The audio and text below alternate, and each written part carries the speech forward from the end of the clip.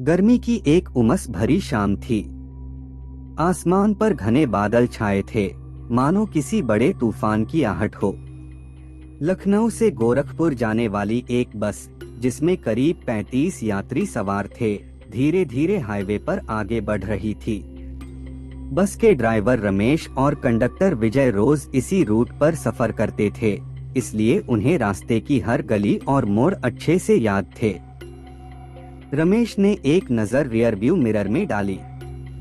यात्री अपनी अपनी सीटों पर बैठे थे, कुछ सो रहे थे, कुछ फोन पर बातें कर रहे थे और कुछ खिड़की से बाहर देख रहे थे। अचानक बस के सामने घने जंगल वाला इलाका आया, जहां सड़क सुनसान और अंधेरी हो जाती थी। कंडक्टर विजय ने हंसते हुए कहा, रमेश भाई, ये जंगल बड़ा डरावना लगता है। सुना है यहाँ कुछ अजीब घटनाएं होती हैं। रमेश मुस्कुराया, अरे भाई, ये तो बस कहानियां हैं। लेकिन ये सफर जितना आसान लग रहा था, उतना था नहीं। रात के करीब 10 बज चुके थे। बस अब जंगल के बीच से गुजर रही थी। अचानक रास्ते के किनारे खड़े एक बूढ़े बाबा ने हाथ दिखाया। वह बहुत परेशान दिख रहे थे। विजय ने बस रोकने को कहा, लेकिन रमेश ने इनकार कर दिया।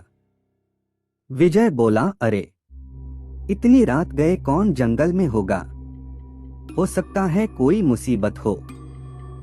वो बूढ़े बाबा बस के पास आ गए और कांपती हुई आवाज में बोले, इस रास्ते पर मत जाओ, आगे मत बढ़ो। यात्री यह सुनकर घबरा गए। कुछ ने बाबा की बात को अंधविश्वास माना, लेकिन कुछ को अनजाना डर सताने लगा। रमेश ने बाबा की बात को नजरअंदाज किया और बस आगे बढ़ा दी। कुछ मिनट बाद ही अजीब घटनाएं होने लगी।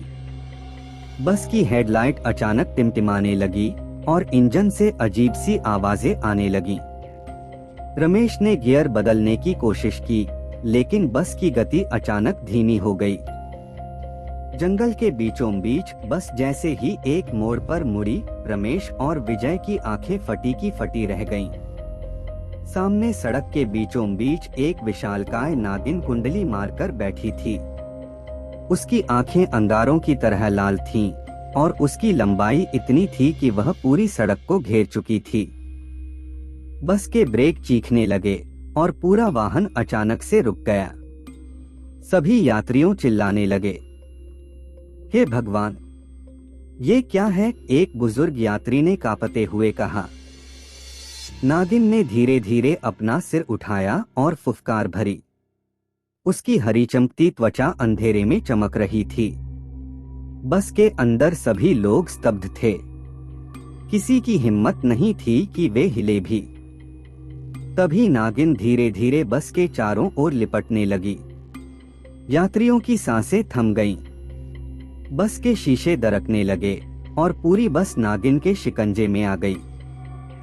कंडक्टर विजय ने धीरे से कहा, रमेश भाई, कुछ करो, नहीं तो ये हमें जिंदा नहीं छोड़ेगी। रमेश के दिमाग में एक योजना आई।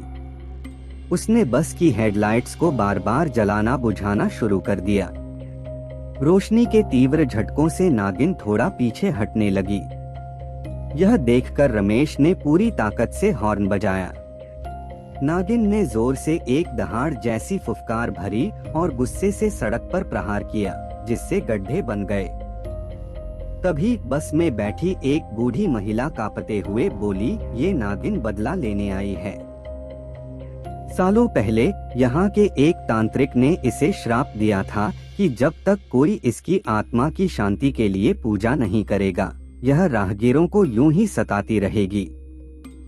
रमेश को कुछ समझ नहीं आया, लेकिन विजय ने जल्दी से यात्रियों से कहा, सभी लोग मिलकर भगवान का नाम जपो। सभी यात्रियों ने मिलकर हनुमान चालीसा पढ़ना शुरू किया।